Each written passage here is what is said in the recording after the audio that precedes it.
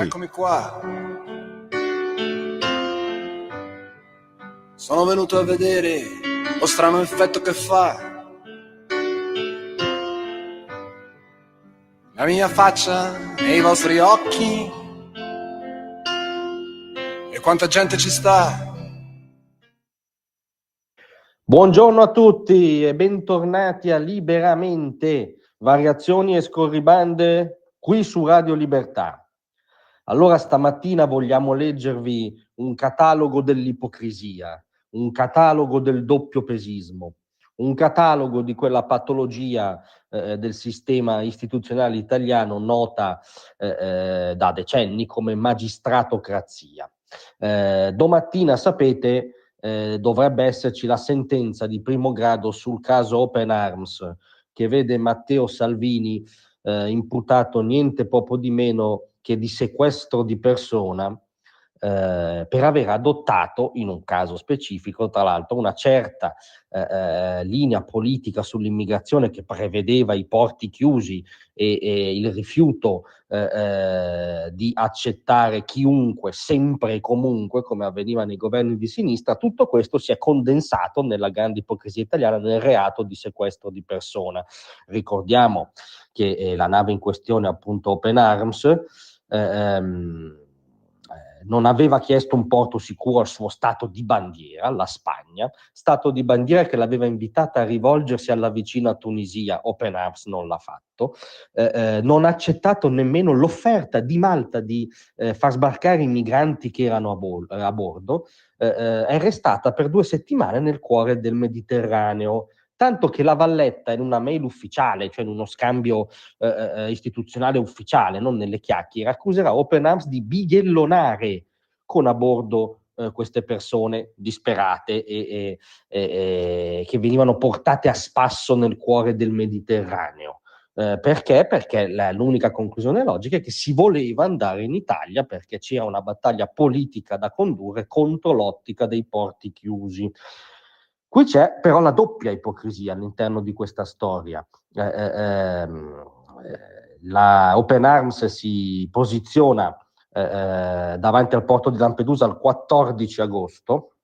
I migranti poi, al termine di un braccio di ferro incredibile, sbarcheranno il 20, quindi si tratta di 6 giorni nei quali consisterebbe la responsabilità del sequestratore incallito Salvini. Allora, a questo proposito, che noi vogliamo leggervi un elenco che poi è stato pubblicato in Processo a un italiano, l'integrazione al libro di Matteo Salvini contro Vento, un elenco che tra l'altro riportava oggi anche Libero. È l'elenco di altre navi, di altre ONG, tenute anch'esse in mare per alcuni giorni con relativo ministro dell'Interno.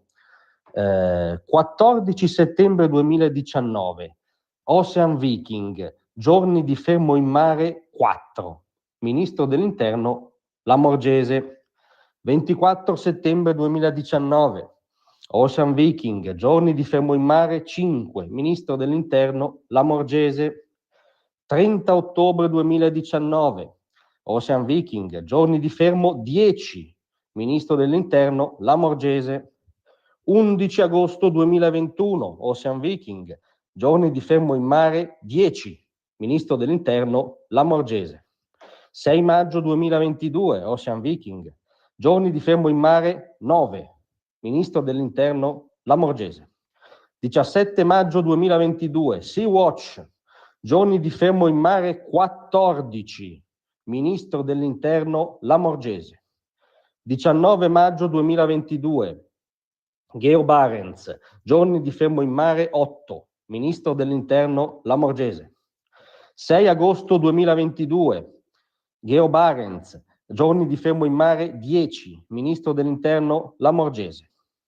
27 agosto 2022, Open Arms, eccola lì, giorni di fermo in mare 10, più dell'Open Arms salviniana, ministro dell'Interno Lamorgese. 8 settembre 2022, Geo Barents, giorni di fermo in mare 10, ministro dell'Interno Lamorgese. 22 settembre 2022, Humanity 1, giorni di fermo in mare 16, Ministro dell'Interno Lamorgese. 30 settembre 2022, Geo Barents, giorni di fermo in mare 7, Ministro dell'Interno, ebbene sì, Lamorgese. Questo vuol dire che noi vogliamo che la dottoressa Lamorgese sia alla sbarra per sequestro di persona? Ovviamente no.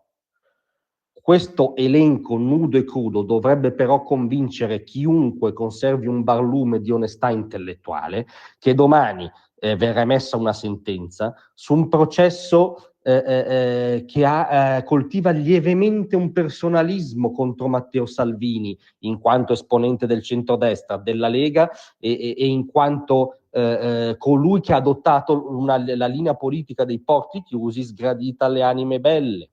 Questo elenco ci suggerisce che il processo Open Arms è un processo dalla lievissima coloritura politica, proprio accennata, appena spruzzata.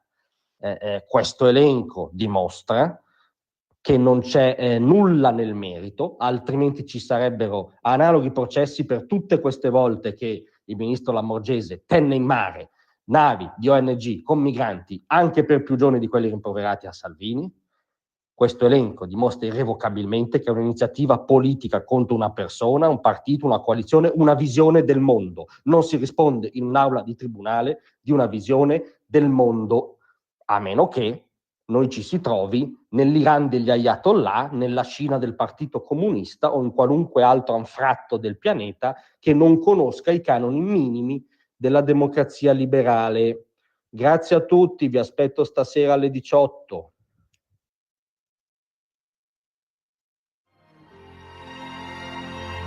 Tra un manifesto e lo specchio.